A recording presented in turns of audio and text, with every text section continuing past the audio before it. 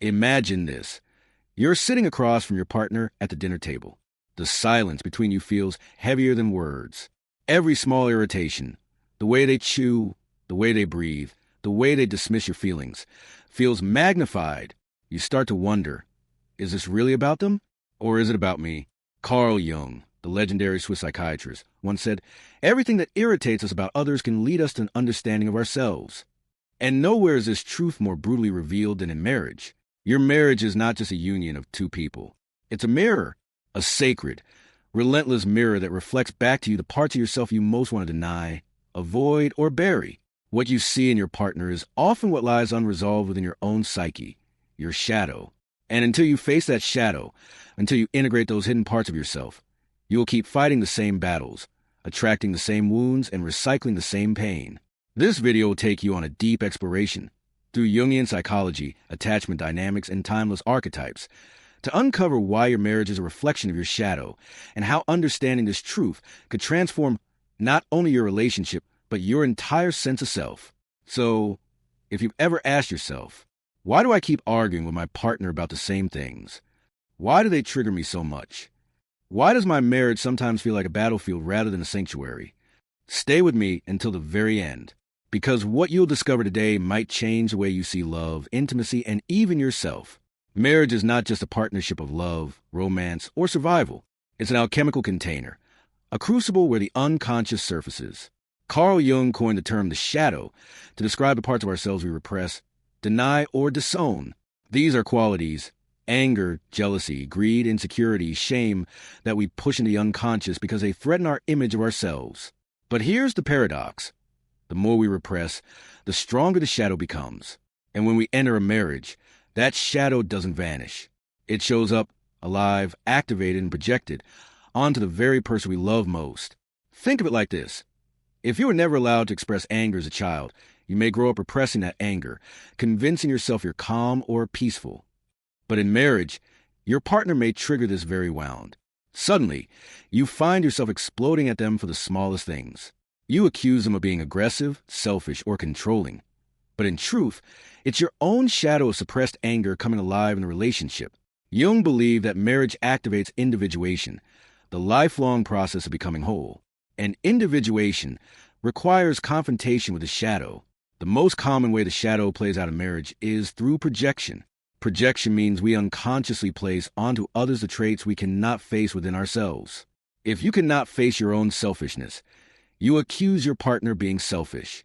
If you deny your need for control, you see your partner as controlling. If you repress your sensuality, you criticize your partner for being too much or too needy. Jung wrote, "The meeting of two personalities is like the contact of two chemical substances. If there is any reaction, both are transformed." In marriage, projection is the spark of this chemical reaction. But while it can feel destructive, projection is also sacred. It gives you a roadmap. Every complaint you hurl at your spouse is actually a signpost pointing inward, toward the part of you that needs integration. To understand how the shadow works in marriage, let's go deeper into archetypes. Jung identified universal patterns in the human psyche. Archetypes like the Anima and animus, the inner feminine in men and the inner masculine in women.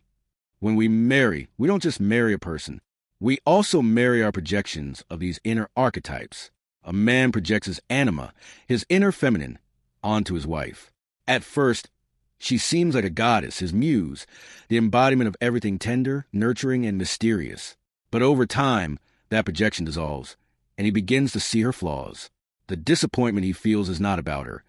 It's about his incomplete relationship with his own anima. A woman projects her animus, her inner masculine, onto her husband. At first, he seems strong, decisive, protective, even heroic. But as life unfolds, she sees his weaknesses, doubts, and insecurities. Again, this disillusionment is not about him. It's about her own unintegrated relationship with her animus. This is why marriages often feel like they fall apart after the honeymoon phase. It's not that love disappears. It's that the archetypal projections fade, forcing us to confront the reality of who our partner truly is and who we truly are. But here's where modern psychology deepens Jung's insight. Our attachment style, formed in early childhood, interacts with the shadow in marriage. If you are anxiously attached, your shadow may be your fear of abandonment. In marriage, you may constantly accuse your partner of neglect, even when they are present. If you are avoidantly attached, your shadow may be your fear of engulfment. You may see your spouse as too needy, when in truth, it's your own disowned longing for closeness. If you are securely attached, you are more capable of holding these shadow projections with awareness, integrating them rather than being ruled by them. The dance of attachment and shadow is what makes marriage both painful and transformative. Your partner becomes the stage. The trap of blame. Most couples get stuck in the trap of blame. He never listens to me. She always criticizes me. He doesn't respect me.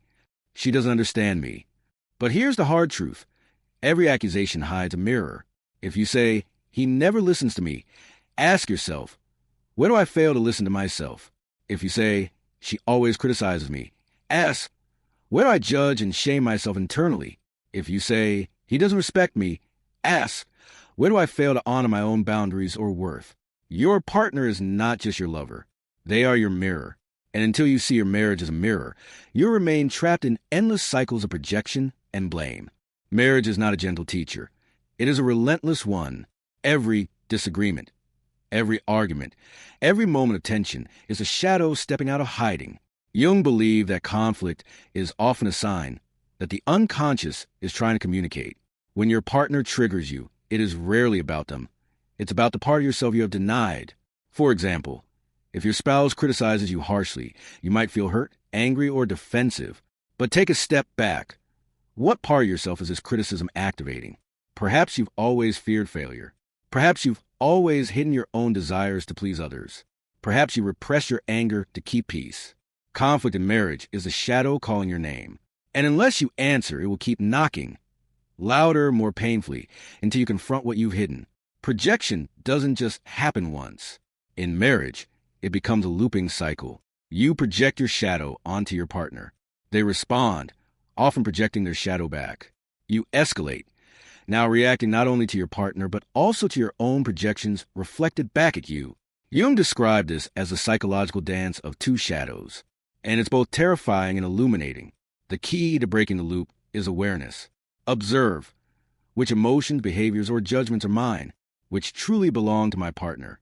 The moment you distinguish between the two, the shadow's grip loosens, and marriage transforms from battlefield to mirror of growth.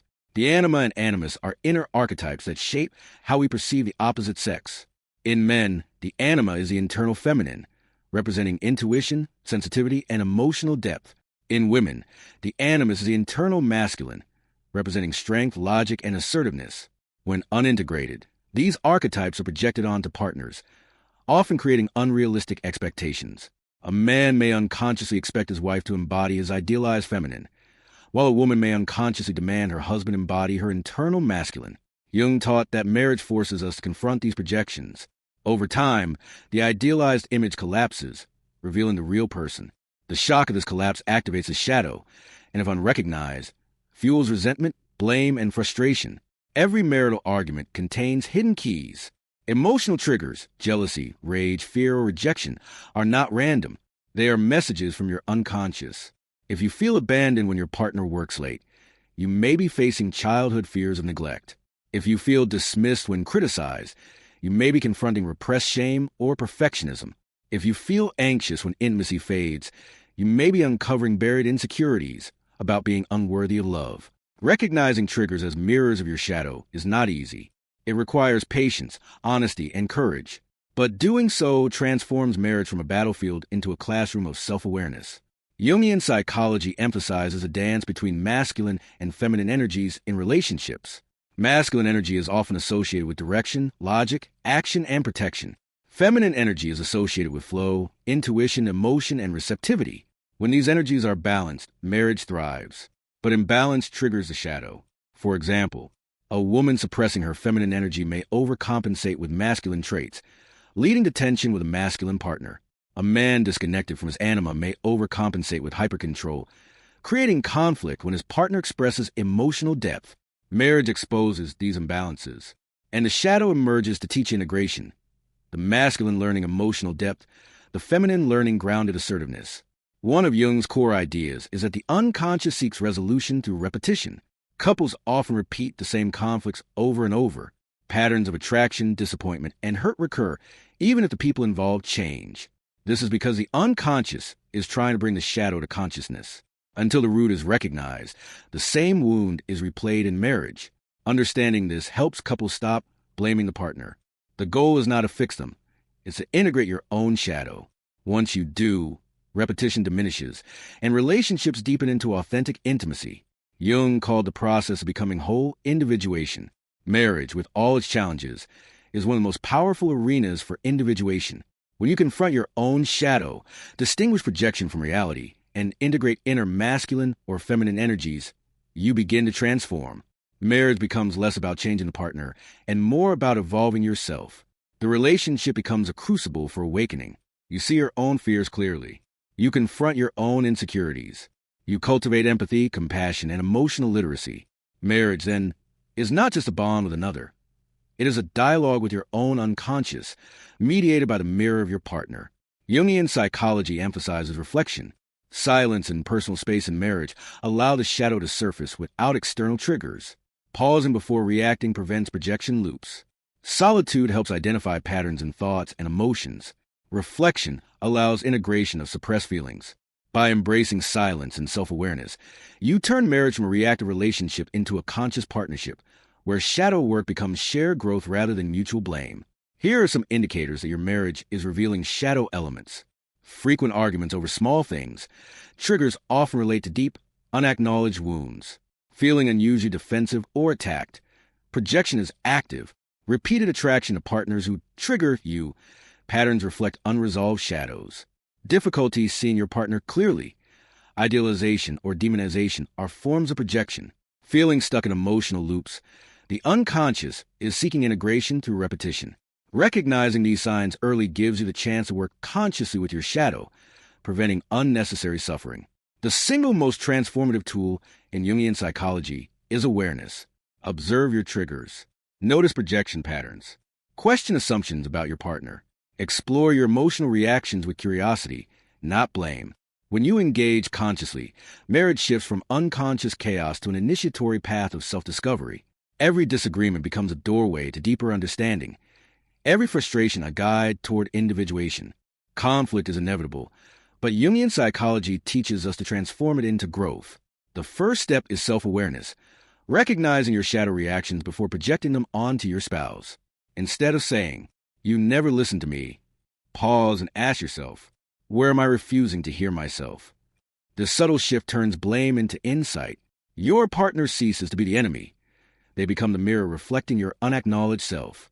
Once self-awareness is established, communication becomes intentional. You can speak your truth without escalating the shadow. For example, I notice I feel unheard when certain things happen. I realize part of this comes from my past experiences, and I want to share it so we can understand each other better. This is not manipulation.